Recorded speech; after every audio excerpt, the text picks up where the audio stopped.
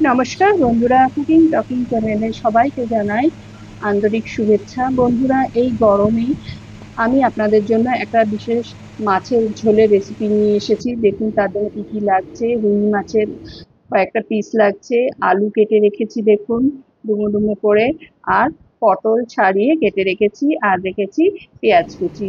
মশলাটা পরে বলছি আস্তে আস্তে। প্রথমে কড়াইটা ভালো করে গরম করে নিয়ে সর্ষের তেল দিয়ে দেবো। সর্ষের তেলটা যখন ধোয়া বেরোবে তখন আমি খুন্তির সাহায্যে মাছগুলো একে একে দিয়ে দেবো।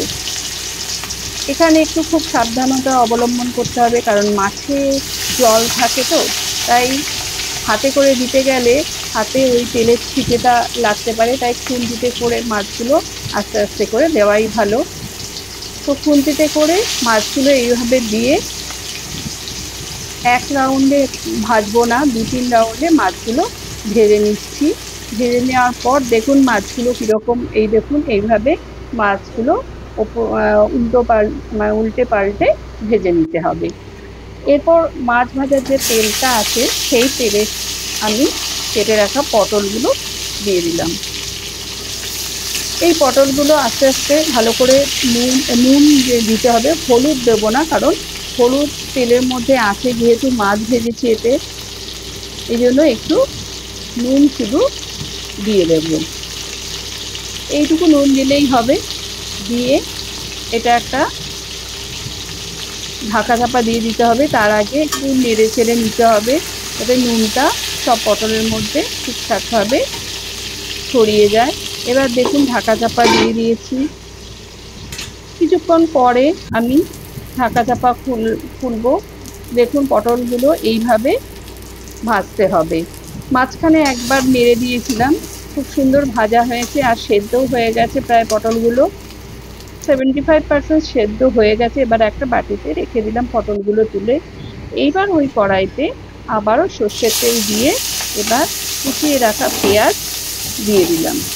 কুচিয়ে রাখা পেঁয়াজগুলো ভালো করে নেড়ে চেড়ে একটু ভেজে নিতে হবে। একটু ব্রাউনিশ কালার যখন হবে, দেখুন ভালো করে এইভাবে ভেঙে ভেঙে দিচ্ছি পেঁয়াজগুলো, যাতে তাড়াতাড়ি করে ভাজা হয়ে যায়। দেখুন ভাজা হয়ে গেছে। এবার এই পেঁয়াজের ওপর আমি কেটে রাখা আলুগুলো দিয়ে নেড়ে চেড়ে নেব। বন্ধুরা, গরমকালে এই ধরনের ঝোল খেতে খুবই ভালো লাগে, লাইটও হয় আর টেস্টিও হয়। নুন দিয়ে দিলাম আলুতে, দেখুন নুন দিয়ে ভালো করে নেড়ে চেড়ে আবার ঢাকা দিয়ে দেব। মাঝখানে কয়েকবার নেড়ে নেওয়ার পর আলুগুলো ফাইনালি 75% সেদ্ধ হয়ে গেছে এবং ভাজাও হয়ে গেছে। এবার আমি একটা মশলা তৈরি করেছি, দেখুন মশলার পেস্ট তৈরি করেছি। এতে আছে জিরে গুঁড়ো, ধনে গুঁড়ো, কাশ্মীরি মির্চের গুঁড়ো আর হলুদ গুঁড়ো। এই মশলার পেস্টটা দিয়ে ভালো করে আলুগুলো নেড়ে চেড়ে নিতে হবে, যাতে মশলাগুলো আলুগুলোর মধ্যে ঠিকঠাকভাবে ঢুকতে পারে। দেখুন এরপর আমি টমেটো পেস্ট দিয়ে দিলাম। টমেটো পেস্টটা ভালো করে ভেজে নিতে হবে এই মশলার সাথে আর আলুর সাথে। বন্ধুরা, কেমন লাগছে অবশ্যই লাস্টে জানাবেন কমেন্ট বক্সে। আর আপনারাও বাড়িতে এই ধরনের রান্না করে খাবেন। এবার ভেজে রাখা পটলগুলো দিয়ে দিলাম, দিয়ে ভালো করে মশলার সাথে নেড়ে চেড়ে নিতে হবে।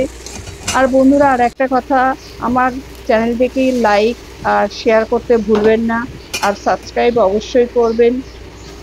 এবার দেখুন টমেটো যে পাত্রটিতে ছিল সেটা ধুয়ে দিয়ে ভালো করে আর একবার কষিয়ে নিচ্ছি। মশলা কষানো হয়ে গেছে, তাই একটু একটু জল দিতে হবে, একবারে পুরো জল দেব না, একটু জল দিয়ে নেড়ে চেড়ে নিয়ে বাকি যে যতটুকু জলের প্রয়োজন ততটুকু জল দেব। এবার দেখুন ঝোলের মধ্যে আমরা যতটুকু জল দেব, মানে একেবারেই এখানে দিয়ে দিতে হবে, পরে আর জল দিলে সেটা টেস্ট লাগবে না। তাই এখানে ফাইনালি যতটুকু জল দেব ততটুকু জল দিয়ে নেড়ে চেড়ে নিলাম। নিয়ে এবার এটা ঢাকা চাপা দিয়ে দিতে হবে, যাতে ফুটে যায়। কিছুক্ষণ পরে ফুট ধরলে ভেজে রাখা মাছগুলো আমি দিয়ে দিলাম। এবার এটি গরম মশলা কিছু মশলাটা দেব। এই গরম মশলাটা আমি বাড়িতে বানিয়েছি, পরে আপনাদের বলবো কি কি দিয়ে এই গরম মশলাটা বানিয়েছি। গরম মশলা দিয়ে ভালো করে মাছটা তরকারির সাথে নেড়ে চেড়ে নিতে হবে, যাতে মশলাগুলো মাছের মধ্যে ঠিকঠাক ভাবে ঢুকে যায়। বন্ধুরা, রান্না প্রায় শেষ। এবার স্ট্যান্ডিং টাইমের জন্য রেখে দিচ্ছি। স্ট্যান্ডিং টাইমের পর দেখুন খুব সুন্দর হয়েছে। বন্ধুরা, কেমন লাগলো রেসিপিটি অবশ্যই কমেন্ট বক্সে লিখে জানাবেন, আর আপনারাও বাড়িতে এই গরমে তৈরি করে খাবেন। নমস্কার।